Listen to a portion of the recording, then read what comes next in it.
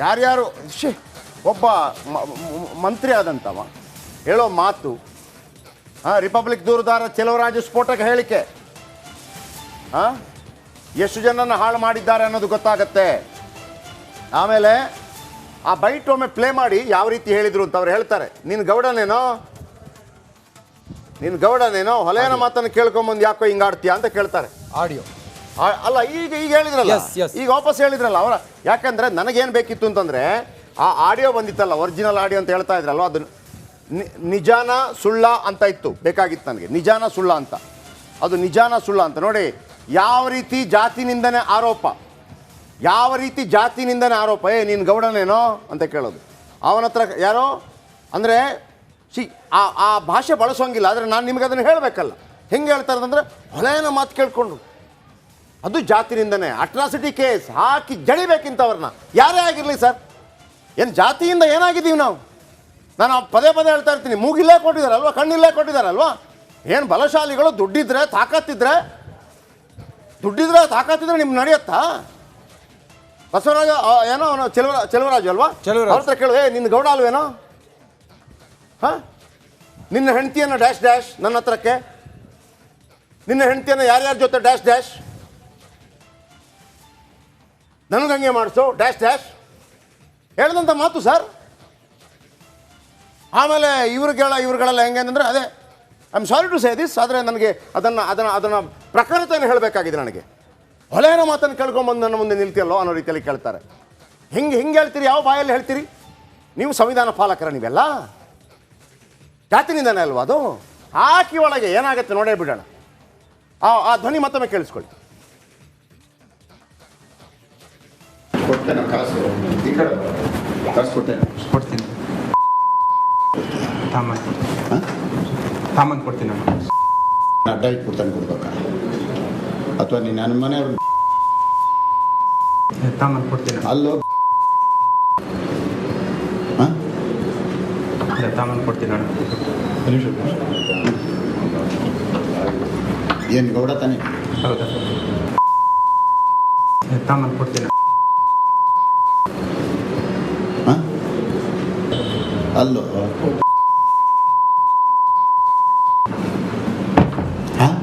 ಒಬ್ಬ ಗೌಡ ಆಗಿ ಸಾಕ್ತೀಯ?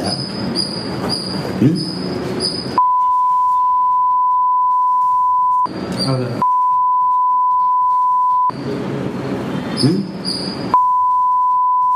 ಎಂದಿಲ್ದಂಗೆ ಮಾಡಕ್ ಕೊಡ್ತೀನಲ್ಲೋ, ಬಿಡ್ತೀನಿ ನಾವು. ನೀನು ಅಷ್ಟು ಸುಲಭವಾಗಿ ಇದಲ್ದಿದ್ರೆ ಇಂಥ 100ರಲ್ಲಿ ನಿನ್ನ ಕತೆ ಮುಗಿಸ್ತೀನಿ ಕಣೋ.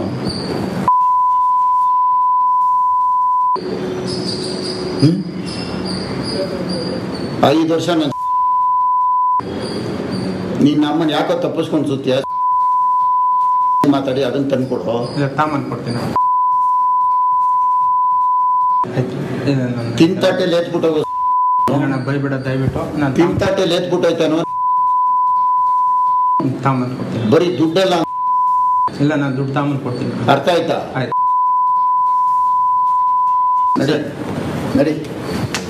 ನಡಿಯೋದು ನಡಿಯ. ಕೊಡ್ತೇನೆ ಕಾಸು, ಈ ಕಡೆ ಕಾಸು ಕೊಡ್ತೀನಿ. ಸಾಮಾನು ಕೊಡ್ತೀನಿ. ಅಡ್ಡ ಇಟ್ಬಿಡ್ತಾನೆ ಕೊಡ್ಬೇಕಾ? ಅಥವಾ ನೀನು ನನ್ನ ಮನೆಯವ್ರು ಸಾಮಾನು ಕೊಡ್ತೀನಿ. ಅಲ್ಲೋ ಸಾಮಾನು ಕೊಡ್ತೀನಿ.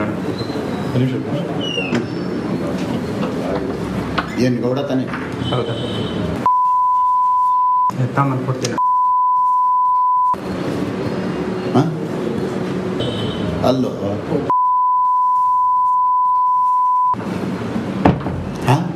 ಒಬ್ಬ ಗೌಡ ಆಗಿ ಸಾಕ್ತೀಯ?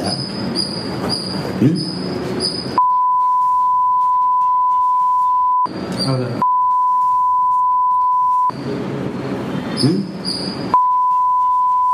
ಎಂದಿಲ್ದಂಗೆ ಮಾಡಕ್ ಕೊಡ್ತೀನಲ್ಲೋ, ಬಿಡ್ತೀನಿ ನಾವು. ನೀನು ಅಷ್ಟು ಸುಲಭವಾಗಿ ಇದಲ್ದಿದ್ರೆ ಇಂಥ 100ರಲ್ಲಿ ನಿನ್ನ ಕತೆ ಮುಗಿಸ್ತೀನಿ ಕಣೋ.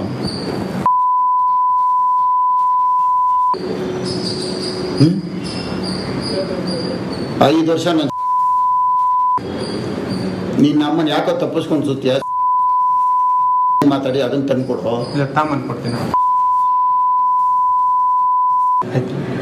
ತಿಂತಟ್ಟೆಲಿ ಎತ್ಬಿಟ್ಟು ಹೋಗು. ನನ್ನ ಬೈಬಿಡ ದಯವಿಟ್ಟು ನಾನು ತಿಂತಟ್ಟೆಲಿ ಎತ್ಬಿಟ್ಟೋಯ್ತಾನು ತಾಂಬಂದು ಕೊಡ್ತೀನಿ. ಬರೀ ದುಡ್ಡೆಲ್ಲ ಇಲ್ಲ ನಾನು ದುಡ್ಡು ತಾಂಬಂದು ಕೊಡ್ತೀನಿ. ಅರ್ಥ ಆಯ್ತಾ? ಆಯ್ತು.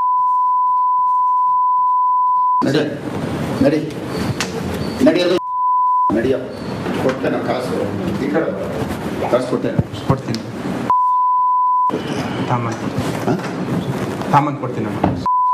ಅಡ್ಡ ಇಟ್ಬಿಡ್ತಾನೆ ಕೊಡ್ಬೇಕಾ ಅಥವಾ ನೀನು ನನ್ನ ಮನೆಯವ್ರು ತಾಂಬಂದು ಕೊಡ್ತೀನಿ. ಅಲ್ಲೋ ಹಾಂ ತಾಂಬಂದು ಕೊಡ್ತೀನಿ ನಾನು. ಏನು ಗೌಡ ತಾನೆ? ಹೌದಾ ತಾಂಬಂದು ಕೊಡ್ತೀನಿ. ಹಾಂ ಅಲ್ಲೋ ಹಾಂ ಒಬ್ಬ ಗೌಡ ಆಗಿ ಸಾಕ್ತೀಯಾ? ಹ್ಞೂ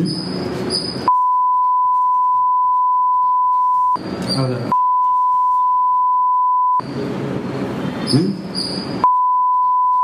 ನೀನು ಹೆಂಗಿಲ್ದಂಗೆ ಮಾಡಕ್ಕೆ ಕೊಡ್ತೀನಲ್ಲೋ ಬಿಡ್ತೀನೇನೋ ನೀನು ಅಷ್ಟು ಸುಲಭವಾಗಿ.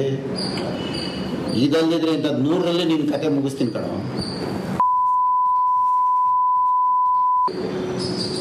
ಹ್ಞೂ 5 ವರ್ಷ ನಾನು ನೋಡಿ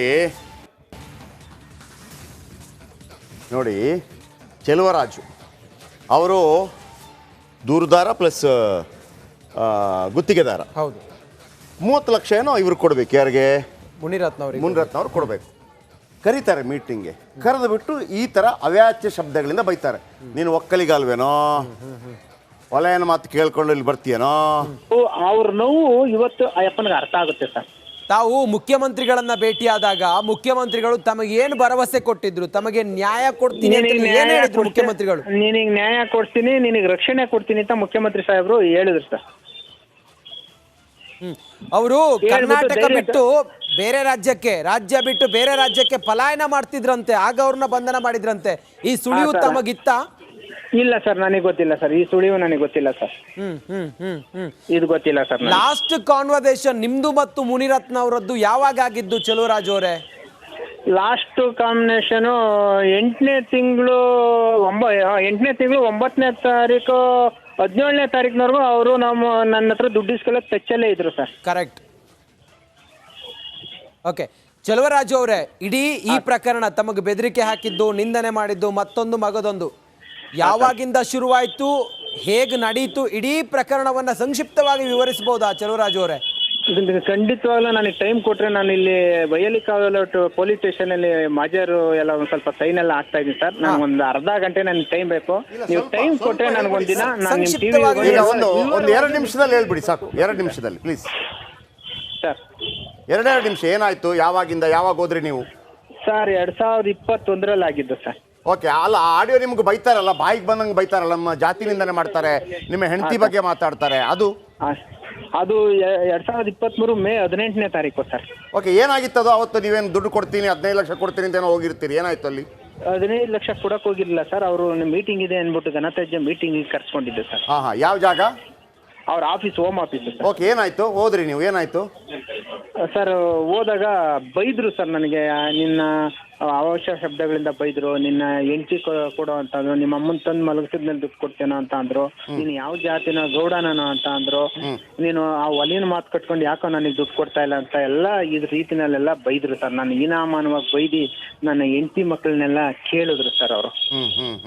ನಿಮಗೂ ಬಹಳ ದುಃಖ ಆಯ್ತು, ನಾನು ಕೇಳಿಸ್ಕೊಂಡಿದ್ದೀನಿ. ಆಗ ನೀವು ಹೇಳ್ತೀರ ಹಂಗೆ ಹೇಳ್ಬೇಡಿ ಸರ್, ಹಂಗೆ ಹೇಳ್ಬೇಡಿ ಅಂತೀರಿ ನೀವು. ಹೌದು ಸರ್, ಹೌದು ಸರ್. ಆ ಥರ ಎಲ್ಲ ಬೈಬೇಡಿ, ನಿಮ್ಗೆ ಏನು ದುಡ್ಡಲ್ವಾ ಸರ್, ಸಾಮಾನು ಕೊಡ್ತೀನಿ ಅಂತ ನಾನು ಹೇಳಿದ್ದು ನಿಜ ಸರ್.